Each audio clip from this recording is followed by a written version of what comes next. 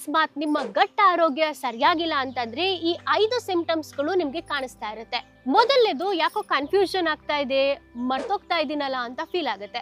ಎದ್ದ ತಕ್ಷಣ ಹೊಟ್ಟೆ ಊದಿರುತ್ತೆ, ಕರೆಕ್ಟಾಗಿ ಡೈಜೆಷನ್ ಆಗಿರಲ್ಲ, ಮೋಷನ್ ಪ್ರಾಬ್ಲಮ್ ಆಗ್ತಾ ಇರುತ್ತೆ. ಮೂರನೇದು, ಇವಾಗ್ಲೂ ಟಯರ್ಡ್ ಅನ್ಸುತ್ತೆ, ನಿದ್ದೆ ಮಾಡ್ತಾ ಇರ್ಬೇಕು ಅಂತ ಅನ್ಸುತ್ತೆ.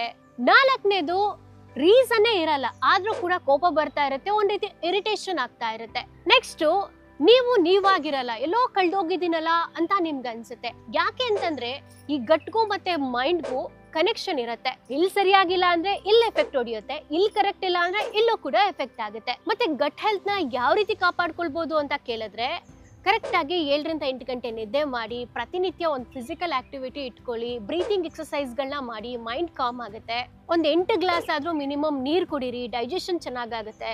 ಅದ್ರ ಜೊತೆಗೆ ಗಟ್ ಹೆಲ್ತ್ಗೆ ಬೇಕಾಗಿರುವಂತಹ ಪ್ರಿಬಯೋಟಿಕ್ ಮತ್ತೆ ಪ್ರೋಬಯೋಟಿಕ್ ಆಹಾರಗಳನ್ನ ತಗೊಳ್ಳಿ. ಪ್ರಿಬಯೋಟಿಕ್ ಅಂತಂದ್ರೆ ವೆಜಿಟೇಬಲ್ಸು, ಫ್ರೂಟ್ಸು, ಫೈಬರ್ ಇರೋ ಫುಡ್ಗಳು. ಪ್ರೋಬಯೋಟಿಕ್ ಅಂತ ಕೇಳಿದ್ರೆ ಫರ್ಮೆಂಟೆಡ್ ಫುಡ್ಗಳು, ಫಾರ್ ಎಕ್ಸಾಂಪಲ್ ಮೊಸರು ಇರ್ಬೋದು, ಇಡ್ಲಿ ದೋಸೆ ಇರ್ಬೋದು, ಈ ರೀತಿ ಆಹಾರಗಳು. ಗೊತ್ತಿಲ್ಲದೆ ಇರೋ ಫ್ಯಾಮಿಲಿ ಫ್ರೆಂಡ್ಸ್ಗೆಲ್ಲರಿಗೂ ಶೇರ್ ಮಾಡಿ, ಸೇವ್ ಮಾಡ್ಕೊಳ್ಳಿ. ತಪ್ಪದೆ ನಮ್ಮ ಪೇಜನ್ನು ಕೂಡ ಫಾಲೋ ಮಾಡಿ. ಧನ್ಯವಾದಗಳು.